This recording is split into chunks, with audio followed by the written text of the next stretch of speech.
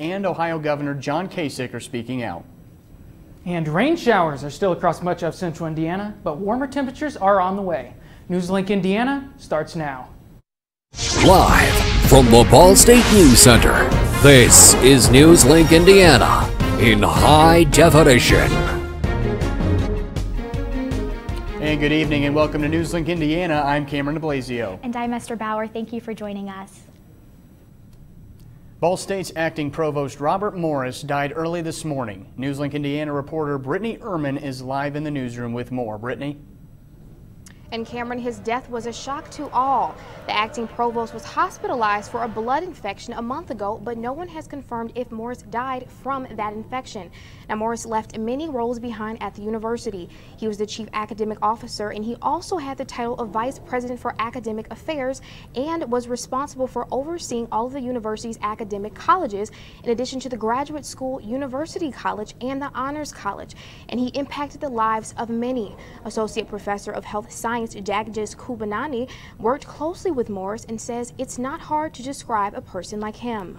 Passionate, good human being, honest guy. Just those small things that he used to do for people and overstretched himself and went out of the way to make people happy and feel at home was just something that was unusual for an administrator.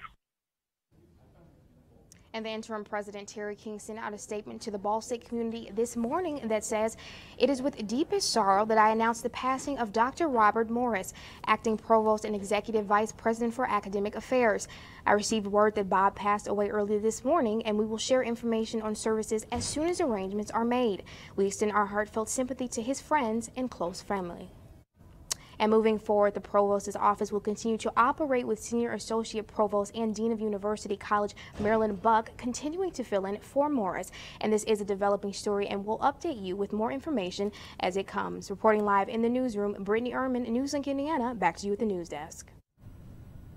All right, Brittany, thank you. Governor Mike Pence filled the last vacancy on Ball State's Board of Trustees today. Pence named Indianapolis lawyer Michael D. McDaniel to fill the seat of Frank Hancock, who resigned in February. McDaniel is the Executive Director of Governmental Affairs for Craig DeVault LLP in Marion County. McDaniel is a Ball State graduate and was the Republican State Chairman from 1995 to 2002. He will join the board immediately, with his term running through December 31st of next year.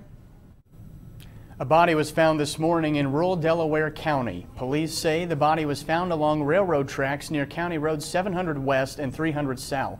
Police also say that there is no evidence of foul play at this time. Forensic specialists say there were no wounds present on the body. No ID or other personal information was found. An investigation is still underway and will be sure to bring you more information as it becomes available. As of September of this year, police had conducted 126 meth busts in Delaware County, more than double the next leading county in Indiana. Muncie's meth issue is no secret, but what may be unknown is how those near meth busts are affected. NewsLink Indiana's Tony Sandlaben has the story. Neighborhoods, places where people can live happily with their families and neighbors. That is, until meth is found. It's just an all-around headache. Jesse Gunner lives across the street from a former meth house. He was there when police raided the house and said the neighborhood has not been the same since. There's been a lot of people that's actually moved out that was nice neighbors that lived around us that watched out for, each other. And that was kind of depressing and sad to see, several families move because of the meth problem that we had here. According to Gunner, 4 of the 10 houses that share a block with this former meth house are now empty. The house itself was raided in 2014. And while the lawn has been taken care of, some of the evidence still remains. Gunner's neighbor, Walter Risch, says the people who lived in the house didn't keep quiet. The last couple of years when it was occupied, a lot of shouting. There has been police cars out here. Saw a fire truck out here because they had a fire going on the side. You can't burn fires in the open. Fire department came out here. My mailbox got knocked down. Guy told me he was teaching his 11-year-old son how to drive. I found that a little hard to believe. Risch said others living in the neighborhood wrote a letter to the house condemning the people in it for their meth habit. Now that they are gone and the house has been boarded up, both Risch and Gunner hope people will return so the neighborhood can feel like a community again.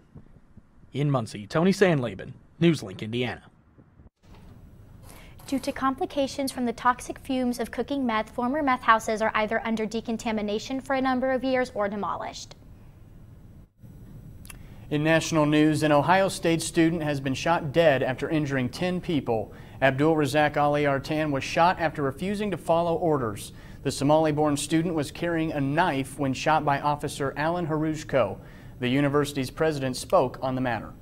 Had an awful incident this morning where an individual drove on to a sidewalk, striking several individuals, and then exited the vehicle with a knife and cut and or stabbed other individuals before being encountered by one of our campus police officers who commanded the individual to drop his weapon, and upon not following those commands, the individual was neutralized by our officer. The university canceled all classes today but will reopen tomorrow. Ohio Governor John Kasich made a statement today saying, quote, "Ohio State will be stronger having come through this." President-elect Donald Trump claims millions of people illegally voted for Hillary Clinton, costing him the popular vote. His 12 angry tweets are fueling more concerns on how this administration will function. Sarah Murray has more. Donald Trump is falsely claiming he only lost the popular vote because millions voted illegally for Hillary Clinton. Despite winning the election, Trump is reviving unfounded allegations of voter fraud, a sign he's unwilling to drop his penchant for conspiracy theories now that he's the president-elect. Trump tweeting serious voter fraud in Virginia, New Hampshire, and California. So why isn't the media reporting on this? Serious bias, big problem. Trump's tweet storm coming as Hillary Clinton's campaign joined recount efforts in Wisconsin, led by Green Party candidate Jill Stein. They plan to make similar pushes in Pennsylvania and Michigan after data security experts raised concerns over possible voting discrepancies. This is a total and complete distraction and a fraud and something that they should drop. We will sit there and look through Scantron ballots. We will win again for the second time, and they will lose again for the second time. Republicans quickly slamming Clinton despite her campaign statement that they're not challenging the results. Trump even quoting from her concession speech where she urged Americans to move forward, adding, "So much time and money will be spent. Same result. Sad." The Clinton campaign general counsel responding to Trump's tweets with a dose of irony, saying, "We are getting attacked for participating in a recount that we didn't ask for by a man who won election but thinks there was massive fraud." I was asked 1,000 times, will Donald Trump accept the election results? And now you've got the Democrats and Jill Stein saying they do not accept the election results. The idea that we are going to drag this out now, where the president-elect has been incredibly magnanimous to the Clintons and to the Obamas, is pretty incredible. The Clinton campaign and the White House say they see no evidence voting systems were hacked, but Stein asserts the recount is necessary. Our voting system should have that kind of assurance built into it so that there's automatic auditing taking place to make sure that we are not being hacked. Donald Trump is meeting with 8 people today as all eyes remain on who he will pick for his top cabinet posts. So Cameron, whenever I go home, my family always jokes that I bring the rain. But it looks like this time I left the sunshine in Dallas and brought the rain back to Muncie. Yeah, it has been pouring here all day. We haven't seen any kind of let up. So Cody, this has to be ending soon, right? Yeah, Cameron, those rain showers really have hung around for most of the day, and it looks like they're going to hang around for a little while longer. You will see on radar over the last 3 hours, we have had some rain showers across much of central Indiana. Now, coming up in my full forecast, I'll have when those rain showers are expected to move out, when warmer temperatures will arrive to central Indiana, and when our next chance for snow will arrive for us here in central Indiana. All of that coming up in just a few minutes. Okay, thanks, Cody. Coming up, a campus organization shared their history with students tonight. And find out how small businesses gained attention over the weekend. All this and more when we come back. Oh! Checking your fantasy league? Nah, just my 401k statement. Nice. Where'd you find the money for that? I just been saving a little every month. I can't seem to save anything. Well, what about all this? What about the money you're spending? What money? It's gone before I can get my hands on it. I got a pizza for a Todd. Hey, can somebody spot me? When it comes to financial stability, don't get left behind. It's 547. Get tools and tips for saving at feedthepig.org.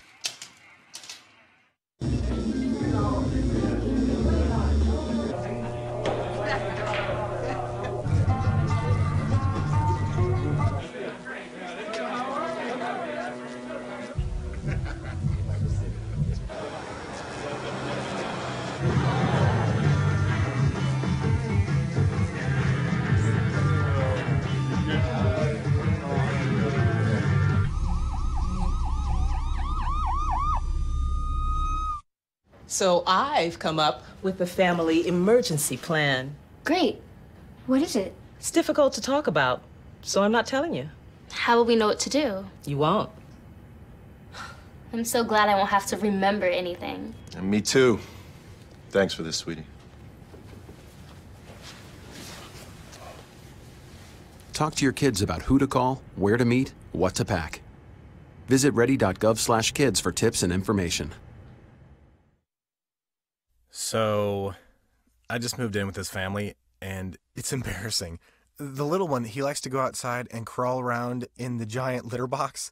I don't know what he's doing. I mean, I was born and I knew how to use the litter box. Look at that.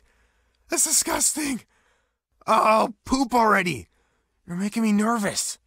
Oh, okay, I can't look at this anymore. I really hope he grows out of this, for his sake. Welcome back to NewsLink Indiana. A Ball State organization is taking strides to spread awareness on Asian history and culture. Aaliyah has more. When looking for information about Asian American culture or history, one can simply look online or in a book. The Asian American Student Association is looking to spread information about and awareness about history and their culture by bringing these pages to life. The Asian American Student Association covered history, culture, achievements, and more in tonight's meeting. Our History Night, and it's part of our month of events.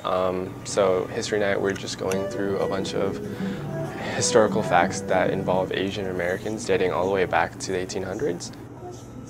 The organization is working to spread awareness and education about Asian culture throughout Ball State's campus and the Muncie community. I'm a freshman, it's my first year, so this is all really fun and exciting because it's all new to me.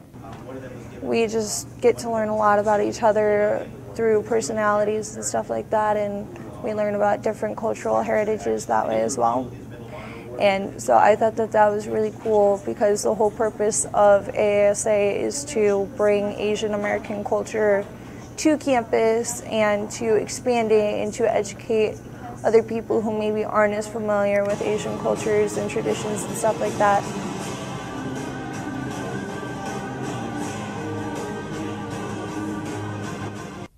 The next event for the Asian American Student Association will be this Wednesday at 5:30 in Student Center Room 310. This is all a part of their month of events, # Live for the Lotus. Live in Muncie, Aaliyah English, NewsLink Indiana. For more information about the Asian American Student Association and upcoming events, contact Henry Way or follow AASA on Instagram and Twitter at Ball State AASA. Well, today may be Cyber Monday, but over the weekend, the attention was focused on Small Business Saturday. Businesses across the country participated in the event, including some right here in Muncie. It started in 2010 and encourages shoppers to skip the large department stores and spend money locally. Stephen Milben is the manager of Screenbroidery in Muncie and says there are some things you just can't find in the big box stores. It's more personal. You know, if you come into this shop to find something for someone from Ball State, you're going to talk to someone who went to Ball State, who's from Muncie, who knows, you know, a little bit more about what it is you're looking for and can tailor that to what you need. Shopping at local businesses like Screenbroidery helps stimulate Muncie's local economy. Shop owners encourage you to remember to keep local shops in mind when doing holiday shopping. Well, warmer temperatures could be on the way. And rain appeared in the forecast today. Find out if precipitation is here to stay. Your full weather forecast is up next. Can you help me with this? My new dad teaches me all kinds of stuff. Sure. He helps me with homework. That would be 3.6795. Thanks. Yep. He helps me with my decision making. I wouldn't use this one. Ever. And he's even teaching me how to drive. And that's why cars have bumpers. I'm learning so much. You don't have to be perfect to be a perfect parent. thousands of kids in foster care will take you just as you are.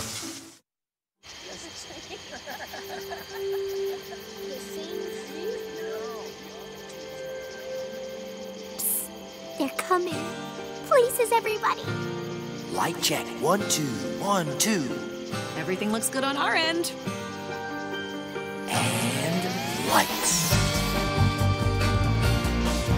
Come alive with the forest. Visit discovertheforest.org to find a forest near you.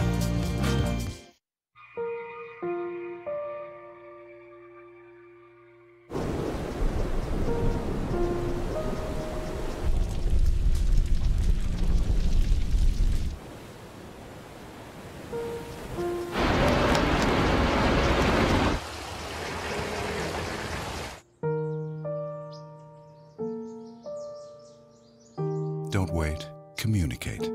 Make your emergency plan today.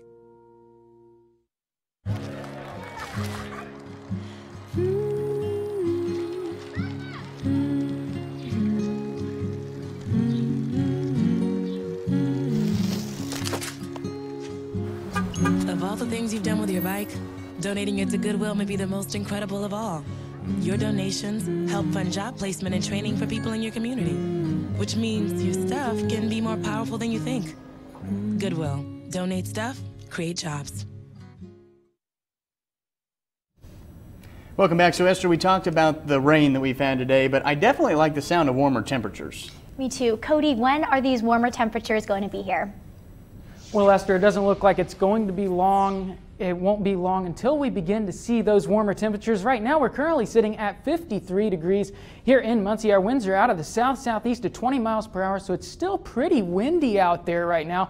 And currently across the state, our temperatures are still in the mid-50s, and that is due to the rain-cooled air that is really helping to moderate our temperatures right now. In the Circle City, we are currently sitting at 53 degrees. We're also at 53 down in Bloomington, and we're also sitting at 53 degrees in Terre Haute. And that's because we are still currently dealing with these rain showers across much of central Indiana, and there was even some severe thunderstorm watches and tornado watches across parts of the south today with some severe weather, but all we've really seen is some rain and maybe even some minor flooding in some low-lying areas. If we take a look at Muncie here, you will see that we are still dealing with some rain showers across much of east central Indiana, but many of those rain showers are beginning to work their way out of the area. And it looks like by the time we get towards about the midnight to 1 a.m. time frame, many of those rain showers are going to begin to work their way out of central Indiana. We may still have a lingering shower around, but many of those are going to begin to fizzle out and work their way off to the east as we go through the early morning hours on Tuesday. But for tonight, our low temperature is going to get down to 47 degrees, so it's still going to be pretty mild out there. The rain is going to help to keep our temperatures up there in the upper 40s, but it's going to be windy with our winds coming out of the south-southwest at 15 to 20, and they could possibly gust over 30 miles per hour. Now, taking a look at precision cast rainfall totals could possibly range anywhere from just under an inch to possibly even over 2 inches once all is said and done. But taking a look at tomorrow, our temperatures are going to get all the way up to 57 degrees. It's going to be mostly cloudy and warm out there. And it's going to be a bit windy with our winds coming out of the south at 15 miles per hour, and our winds could possibly gust over 20 miles per hour, so it still could be windy out there tomorrow. But as we take a look at precision cast, we keep things clear early on Wednesday, but as we get into the afternoon, that cloud cover is going to begin to work into parts of central Indiana, and I have a feeling that's going to hang around through much of Thursday. So taking a look at your 7-day forecast, Tuesday and Wednesday, our temperatures remain in the mid-50s. For your Thursday into Friday, our temperatures are going to get down into the lower 40s, so cooler temperatures are on the way. By Saturday, our temperatures get up to 44 degrees, so it's going to be a bit warmer. And by Sunday, though, a rain-snow mix could possibly enter into central Indiana, with our temperatures remaining in the 40s as we get into the early part of the work week. I didn't see a lot of precipitation on that forecast, so no. that looks good to me. Yeah, it's going to be a pretty good forecast for the end of November. Okay, thank you very much, Cody. Alrighty, Peter, so what do we have coming up in sports? Guys, good evening. Hard to believe, but we're in week 3 of the girls' high school basketball season. We have highlights for you next, and Ball State men's basketball team lost another tough in-state game yesterday. We'll tell you what hurt them and what positives they take out. Sports is next.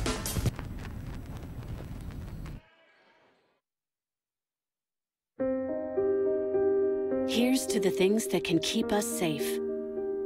Those we use all the time with hardly a thought. Those that are silently standing by to save our lives. And now, those that we carry with us everywhere we go. Many mobile devices will now bring you wireless emergency alerts, real-time information directly from local sources you know and trust. With the unique sound and vibration, you'll be in the know, wherever you are.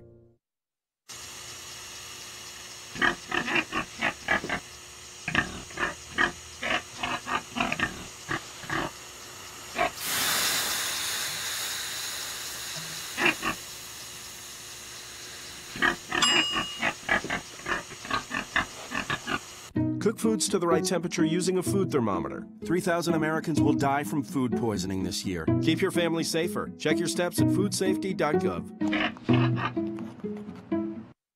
So, I got this new family, and I don't know what it is about this one, but she can't seem to put down that toy all day long. Tap, tap, tap, tap. Oh, and she even talks to it. She talks to that more than she talks to him. What's up, bro? Nice shirt. Who's she talking to? Her mom? She talks to her mom a lot. You wanted to be a teacher when you were little, but things changed. Teaching didn't seem that cool anymore, so you decided to become something else. But what would your 12-year-old self say? Amazing things are happening in teaching, so it's time to put it back on your list. Don't try to convince yourself otherwise. You had it right the first time.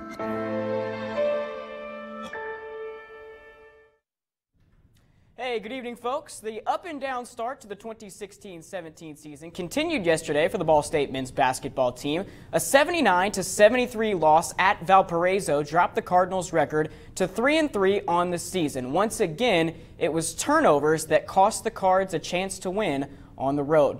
Ball State turned the ball over 23 times in the loss. Those miscues led directly to 21 Valpo points. Ball State had struggled defensively coming into the game, and they gave up 49 points in the second half yesterday. The Cardinals have allowed their opponents to score 75 or more points 5 times already this season. Last year, it took them until January to do that. Despite the struggles, head coach James Whitford is seeing some progress in that area.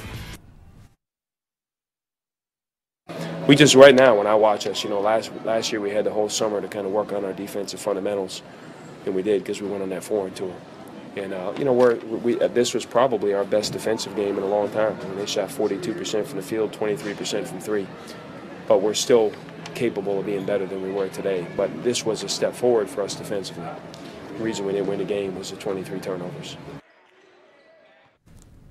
All right, so after playing 5 of their first 6 games away from home, the Cardinals will return to the friendly confines of Worthen Arena on Tuesday. Tomorrow's game against IU Kokomo marks the beginning of a 6-game homestand, and there you see the schedule over the next several weeks. Whitford says in this month it's crucial for the Cardinals to try to take advantage of being at home. This is an important month for us because we go home for the first time. We've played 1 game at home.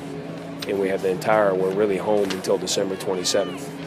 So this is a big stretch for us to really get better, to be able to practice the right way, to be able to use these games as an opportunity to get better and hopefully get some wins, but more importantly, use this month to really build our team in the right direction. Tomorrow's game tips at 7 p.m. in Worthen Arena. Okay, on to girls high school basketball. After winning its first game of the season, Daleville had lost 4 straight coming into tonight. They were on the road this evening trying to get right against the Alexandria Tigers. And there you see Daleville in the huddle getting ready for tonight's game. The Lady Broncos picking things up first quarter. A Daleville turnover is going to lead to an easy basket on the other end for Taylor Jones. They struggled with Alexandria's pressure all night. Later on, though, check out this move by Daleville's Michaela Craig.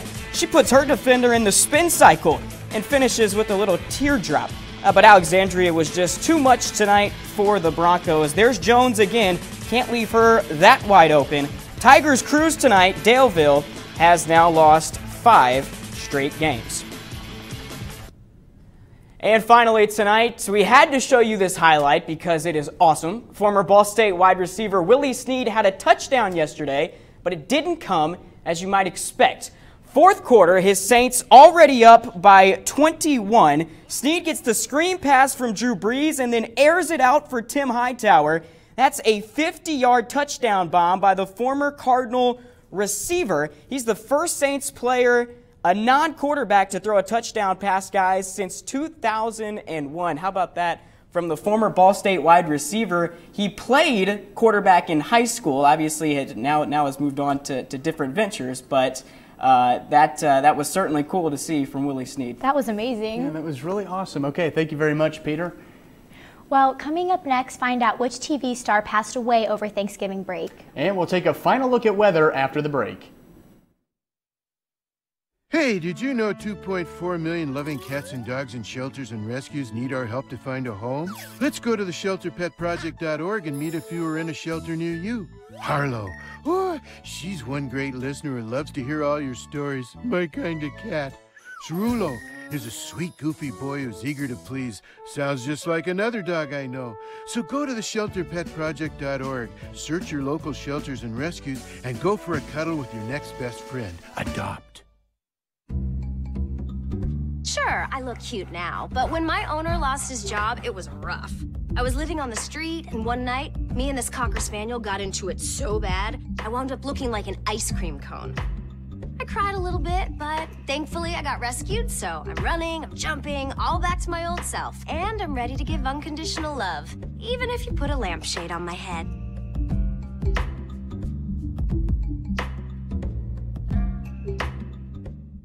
There's one thing you can never have sex without. It's not something you buy. Or something you take. In fact, there's only one way to get it. It has to be given to you, freely. It's consent. Because sex without it isn't sex. It's rape. Consent.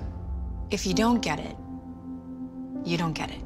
It's on us to stop sexual assault. Learn how and take the pledge at itsonus.org.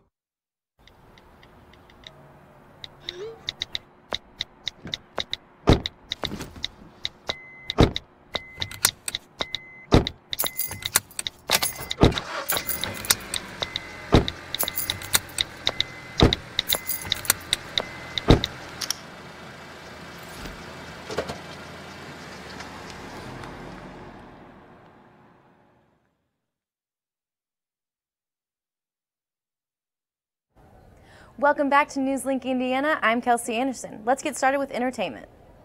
Florence Henderson died Thursday from heart failure at the age of 82. Henderson's death was unexpected just days before she was on the set of Dancing with the Stars, cheering on Maureen McCormick, who played her TV daughter, Marcia Brady.